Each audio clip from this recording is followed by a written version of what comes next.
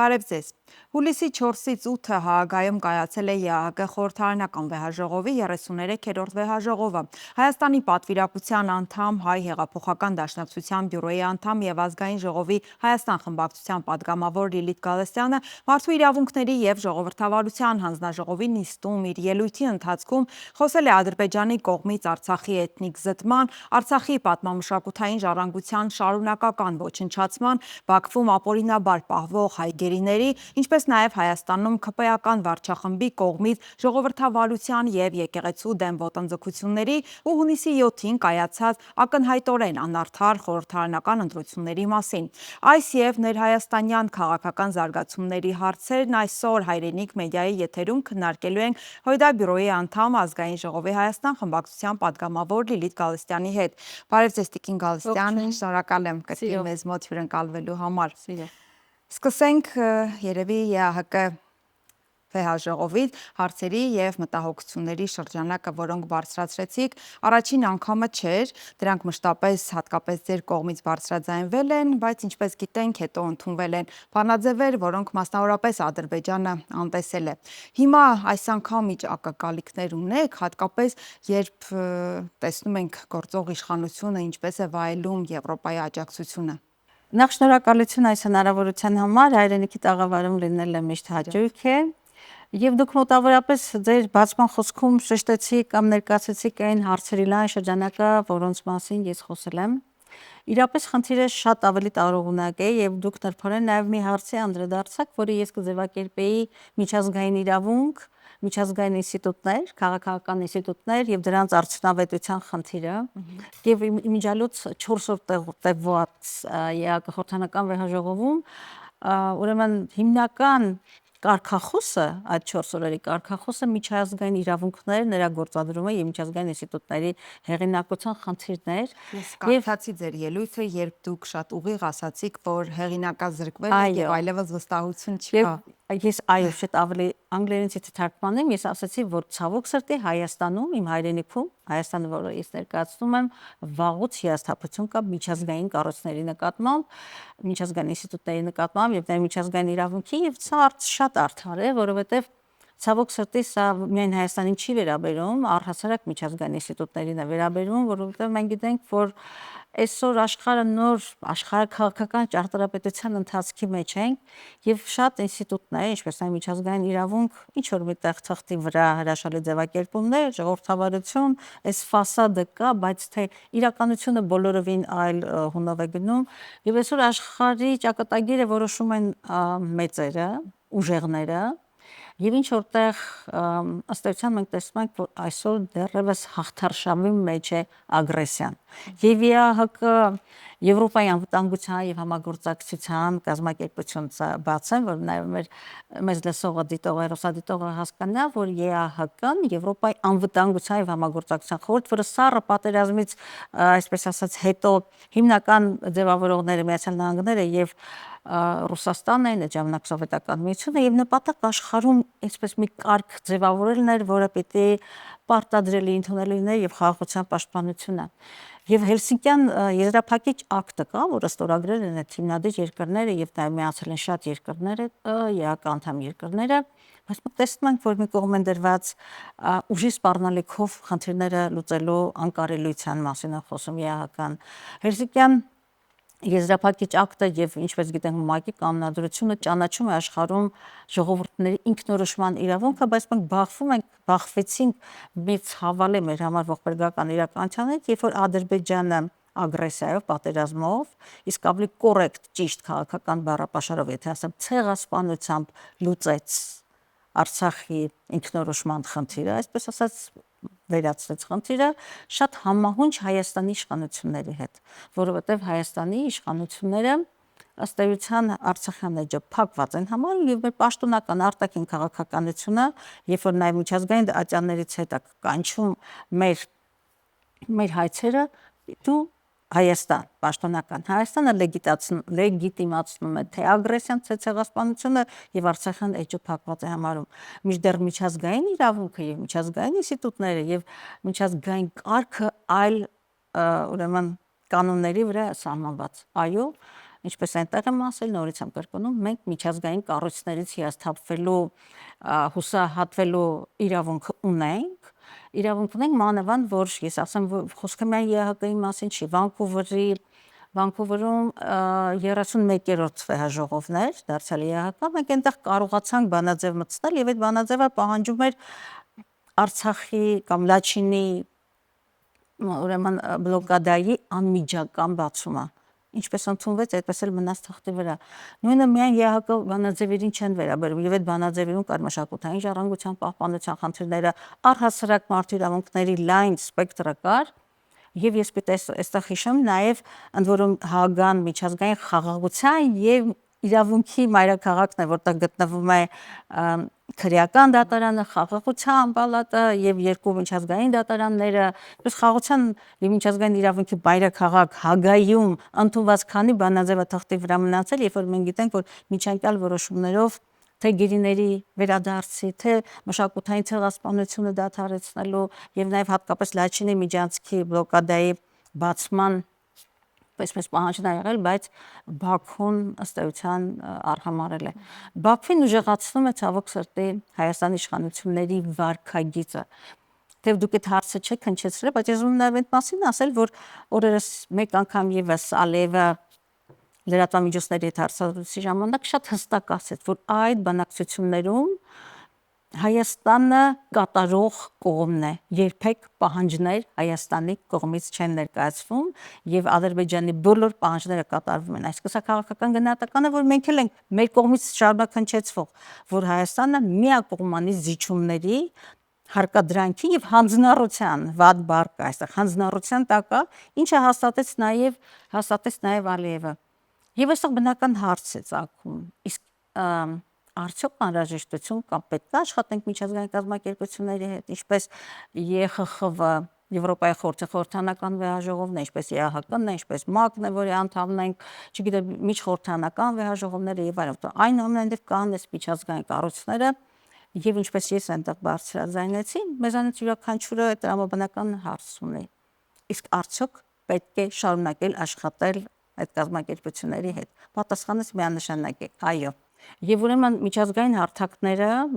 ինստիտուտները իսկապես այն հարթակներն են, որտեղ մենք պիտի շարունակենք մեր դատը, հայ դատը լայն ընդգրկումով, որի մեջ ոչ միայն ցեղասպանության ճանաչման եւ հատուցման մեր օրակարգն է, որը չի կարող երբեք մեր օրակարգից դուրս գալ, որովհետև անժամկետ այսպես դատ է եւ մարդու իրավունքների համալիրի մեջ է, նույն Արցախայցյան վերադարձի իրավունքն է եւ մենք այսօրեն վիճակը այնպեսին է հայ իրականության ցավոք սրտի, որ իշխանությունները ուղղակի ուրացման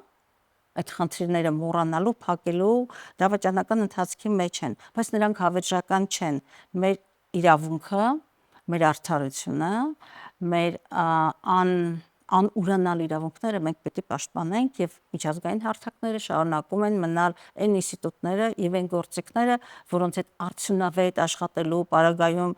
եւ նաեւ ինչու՞ չէ իշխանության մաս լինելու կամ իշխանություն ունենալու պարագայում մենք միջազգային հարթակներում մեր պայքարը շարունակելն է։ Տիկին Գալստյան, չենք կարող չանդրադառնալ նաև այդ օրերին մեծ աղմուկ բարձրացրած մի միջադեպին, երբ ԵԱՀԿ գլխավոր քարտուղարը ազգությամբ թուրք խոսել է ենթադրյալ Նիկոլ Փաշինյանի հետ, հետո պարզվեց, որ ռուս ֆրանկերներ են, բայց այստեղ կարևորը այն չէր, թե ում հետ էր խոսում, այլ այն, որ քարտուղարը ակնհայտորեն աջակցություն էր հայտնում Փաշինյանին, ամենայն Հայոց կաթողիկոսին հեռացնելու հարցում, ինչպես կմեկնաբանեք այս միջադեպը, արդյոք սա պատահականություն էր, ինչ նպատակ էր հետապնդում։ Գիտեք, նախ պիտի զանազանենք ԵԱՀԿ խորհրդարանական վեհաժողովը, որը պարլամենտական բաժին է, եւ ԵԱՀԿ գործադիր մարմինը եւ թուրքը, Ֆրիդոնը, ԵԱՀԿ-ի գործադիր մարմնի, այսպես ասած, ղեկավարն է կամ գլխավոր քարտուղարը։ Եվ ըստ էության, գիտեք, ես չզարմացա դրա համար, որովհետև բոլորիս է ակնհայտ, եթե Հայաստանի արևմտացումը Թուրքիայի ճանապարհով է։ Եվ ժամանակին հիշում եք Տոյվոկլերը, որ ասել էր, որ այո, մենք հասկանում ենք, որ դուք արևմտյան ուղղություն, բայց արևմուտքը այստեղ ներկայացված է Թուրքիայի տեսքով, Թուրքիայի դեմքով, Թուրքիայի քաղաքական ներկայությամբ։ Այն, որ աշխարհաքաղաքական ուրեմն միջավայրը փոխվել է, աշխարհաքաղաքական միջավայրն է փոխվել եւ աշխարհաքաղաքական բալանսն է փոխվել եւ այս Թուրքիան գնալով վավերական եւ տիրական է դառնում մեր տարածաշրջանում, դա եւս ակնհայտ է։ Եվ ըստ էության, եթե ավելի բաց խոսենք, բոլորիս համար ակնհայտ է, որ այս ամբողջ մեծ խաղի անունը Ռուսաստանի տարածաշրջանից ետ շպրտելն է եւ թուրքական գործոններ, որտեղ արևմուտքը Թուրքիայի դեմքով է այստեղ խաղալու։ Եվ այս ամբողջ բալանսի խախտման մեծագույն շահառուն թուրք-ադրբեջանական, այսպես տանդեմն է եւ իրենք Հայաստանի ձեռքով, պաշտոնական Հայաստանի, չուզենամ մեր հայրենակիցները վիրավորվեն, բայց Փաշինյանի վարչախմբի ձեռքով սա առանց արյան ցեղասպանություն է, որովհետեւ միջանցքը Մեղրի միջանցքը կամ թրիփը կոչվողը ըստ էության դրա հիմնական մեծագույն շահառուն, քաղաքական շահառուն, ինչ չէ տնտեսական շահառուն կշարունակեն լինել Ադրբեջանը եւ Թուրքիան եւ բացահայտորեն սա մեծ թուրքական աշխարհի մեծագույն այսպես բացումներ, նոր դարպասների բացումներ եւ Հայաստանի տարածքային զիջումները եւ Հայաստանի հեռանկարը որպես պետականության հեռանկարը ցավոք սրտի մեծագույն հարցականի տակ դրված վիճակ։ Իսկ որ թուրքական աշխարհը ուղղակի բացահայտորեն հայկականության վերացմանն է տանում հայկականության վերացմանը եւս ակնհայտ է եւ եկեք որքան էլ թափանցիկ գրված լինի այդ խաղաղության համաձայնագրի մեջ կետեր կան այնտեղ եւ դու տեսնում ես որ երբ որ Հայաստանում ռևանշիզմի դեմ պայքարել է դու բնականաբար հասկանում ենք որ դա ընդդիմադիր քաղաքական ուժերի մասին է խոսքը եւ այն թիրախային ասեական ոչնչացնող ուղղակի մարդկանց ոչնչացնող քաղաքական ոչնչացման մասին է, ինչ չէ նաև ֆիզիկական, այն ինչ որ խոստացավ Նիկոլ Փաշինյանը ընտրությունների նախորյակին ասելով որ բոլորիդ կոխելու են բանտերը, եռագլուխ վիշապները, չգիտեմ, պատերազմի բերողները եւ այդ ուրեմն բույլի մեջ երկրորդ հենարանը նաև հայ առաքելական եկեղեցին է կարևորագույն հենարաններից մեկը բոլորովին պատահական չի դաշնակցության եւ եկեղեցու թիրախավորումը երևում ԵՀԿ գլխավոր քարտուղար թուրք ազգությամբ թուրք այսպես Ֆրիդոնի քաղաքական նպատակադրումների մեջ Հայաստանի թուլացումը եւ հայ առաքելական եկեղեցին, որը պաշտպանության, արժանապատվության, ինքնության դեռ մնացել է անկոտրում հենարանը թուլացնելը բնականաբար այդ մյուս խմբակի գերագույն այսպես նպատակադրումներից մեկն է, որտեղ նախ վերացնում են մեր իմունիտետը, իսկ մեր իմունիտետը ազգային արժանապատվություն, ազգային արժեհամակարգ, հավատ, եկեղեցի, սրանք հենց այնպես բաներ չեն, մեր ինքնությունն է վերացնում, պատմական հիշողությունը, Հայաստանի բզկտումը, պառակտումը, ներազգային անհամաձայնությունը, Հայաստանը Սփյուռքի այսպես անդնդային բաժանումը, չէ, հայտարարս չէ, ես ինչ գործ ունեմ Սփյուռքի հետ եւ Սփյուռքի վարչապետը չեմ, ես պատասխանատու եմ այս կրծքին խփած թիթեղի Հայաստանի համար ինքը պատասխանատու, որից էլի ուրեմն Հայաստանը կրծված է այդտեղ եւ վերջերս էլ ասեմ, որ երբ որ ԵԱՀԿ-ում ադրբեջանցու հետ խորհրդանական վիայժողովի ընթացքում ադրբեջանցու հետ փորձում էր վաճառել խաղաղությունը, երբ որ հրապարակային ասացի, սա չի կարող խաղաղությունը երկարատև լինել, որը կառուցված է ցեղասպանության վրա, Հայաստանից գերիների պատանդարման վրա, երբ որ 210-ից քառակուսի կիլոմետր ավել օկուպացված են թուրքական զորքերի կողմից, երբ որ դուք մեզանից միջանցքը, արտատարածքային միջանցքը խլում եւ այլն, շատ բացահայտորեն ասեց, իսկ մենք բանից ջերմուկից դուրս չենք գալու, այդ մերն է։ Թուրքը կասի, թուրքը կշարունակի պահանջատեր լինել, թուրքը ադրբեջանցին եւ նկատի ունեմ թե ադրբեջանցին, թե թուրքը, էթնիկ նույն էթնոսն են նրանք, քան դեռ Հայաստանում կա իշխանություն, որը պատրաստ է սեփական աթոռը պահելու համար գնալ զիջումների եւ գնալ աթոռը պահելու։ Իսկ Հայաստանից իբրև պետականություն ինչ կմնա, իրենց համար դա վաղուց երկրորդական է, այլապես արժանապատվություն ունեցող քաղաքական պատասխանատու ուժը, երկրի ղեկավարող քաղաքական ուժը չէ համաձայնի։ Սա Հայաստանի համար ինքնասպանական ընթացք է եւ այդ ինքնասպանության մեջ նաեւ օրենքների եւ սահմանադրական կարգի սպանությունն է տեղի ունենում ըստ էության, որտեղ Հայաստանը վաղուց սահմանադրական կարգը խաթարած եւ խափանած երկրի է վերածվել, որտեղ կան քաղաքական բանտարկյալներ, որտեղ մարդու իրավունքները բացարձակ արժեք չունեն, մարդու արժանապատվությունը արժեք չունի եւ ամենակարևորը պետական գիտակցում եւ արժեհամակարգ չի կրում այս խմբակը, որ հասկանա, որ այս բոլոր զիջումները բառից լայն իմաստով հարցականի տակ են դնում Հայաստանի ապագան։ Տիկին Գալստյան, անդրադառնանք նաև մեր երկրում կայացած խորհրդարանական ընտրություններին, որոնք ինչպես դուք էլ ձեր խոսքի սկզբում ասացիք եւ արդեն բազմաթիվ անգամներ խոսել ենք սրա մասին, չնայած ակնհայտ խախտումների, միևնույնն է, Սահմանադրական դատարանը աչք փակեց եւ որոշեց վավերացնել, այսպես ասած, կենտրոնական ընտրական հանձնաժողովի որոշումը, որից հետո Հայաստան եւ ուժեղ Հայաստան դաշինքները որոշեցին վերցնել մանդատները, իհարկե կան հանրության մի մաս եւ քաղաքական շրջանակ, որ դեմ են, որոշները կողմ են, բայց խնդրում եմ ասեք, թե նախ ինչպես որոշվեց վերցնել մանդատները եւ հետո քաղաքական պայքարի ինչ ընթացք եք տեսնում օրենսդիր մարմնում այս գումարման ընթացքում։ Այո, հիմա անդրադառնում ենք մեր օրերի եւ ամենահրատապ հարցին։ Իհարկե մանդատ վերցնել չվերցնել ամենահրատապը չի։ Ամենացավալին ողբերգականը Հայաստանի ներկա իրավիճակն է, ինչի մեջ ապրում է Հայաստանը, մարտահրավերները, թուլացած պետականության իմունիտետը, քիչ առաջ ես գնահատական տվեցի, որ վաղուց Հայաստանում այլևս սահմանադրական կարգը չի գործում, խորացող բռնատիրությունը, մեկ անձի ձեռքում կենտրոնացած իշխանությունը, որ այսպես մարիոնետների թատրոնի պես կամ շախմատի խաղատախտակի պես ինքը իր հետ շախմատ է խաղում եւ գիտի ում որտեղ տեղավորի, եւ մեկ մարդու կամքից իրականության մեջ կախված խորացող բռնատիրության մեջ ենք մենք ապրում եւ ցավոք սրտի մի մարդ, որը նաեւ, ինչպես ասացի, իր սեփական աթոռը պահելու համար որևէ բան չունի, արգելակներ չունի եւ ըստ էության նաեւ իրականացնում է այն իրեն պարտադրվող օրակարգը, որի կամակատարն է ըստ էության։ Պարտադրված օրակարգ է եւ մեր բոլորս նախորդ զրույցը գրեթե այդ մասին էր խոսվում։ Եվ այս մեր զրույցն ու այս երկրորդ հատվածը իրար հետ կապ ունեն, որտեղ երբ որ ես ասում եմ, որ միջազգային հարթակները, միջազգային ինստիտուտները պիտի արժևորել եւ կարողանալ դրանք պայքարի հարթակներ են մեր դատը լայն իմաստով, մեր իրավունքները պաշտպանելու, բարձրաձայնելու, չլռելու, պայքարը չդադարեցնելու մասին, նույնը վերաբերում է ազգային ժողովին։ Այո, ցավալիորեն մենք տեսանք, թե ինչ խայտառակ ընտրական խախտումներով,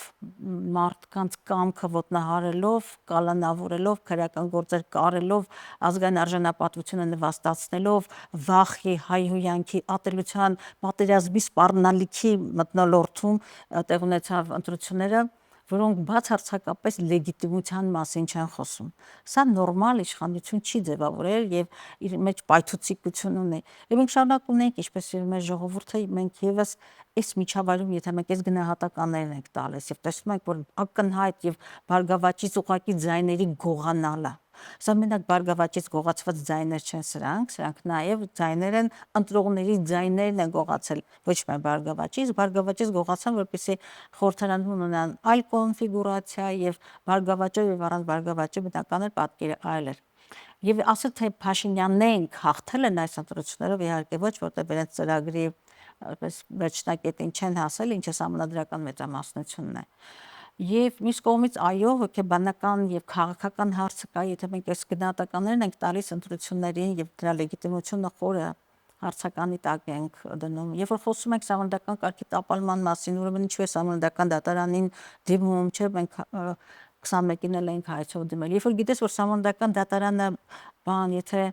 թող վիրավորվեն, բայց խամաճիկների թատրոնը դարձյալ բանը ով է այն դատավորը, որը խոսքը չի լսի, ծփեն պատերին, հիշում եք, սա է Հայաստանի իրականությունը, երբ որ վարչապետը ասում էր, կա Հայաստանում այն դատավորը, որը պիտի իմ խոսքը չկատարի եւ չլսի։ Եվ երբ որ գիտեն, որ սահմանադրական դատարանի անդամները, ինչպես սահմանադրական դատարանը գլխատվեց եւ բերվեց իր դուդուկի տակ պարողների մի բույր բերվեց եւ դժվար էր ակնկալել, իսկապես դժվար էր ակնկալել, որ այնտեղ կարողանա քաղաքացիական, մասնագիտական ու խիզախում ունենալ ճիշտ որոշումներ կայացնելու, բայց իսկ սահմանադրական դատարանը մի բան ասեմ, իր որոշման մեջ, իր ախտորոշումների մեջ գնահատականներ է տալիս, թե ձայների այդ 3 տղամասերի ձայնագողությանը, ընտրական ամբողջ մթնոլորտին, վարչական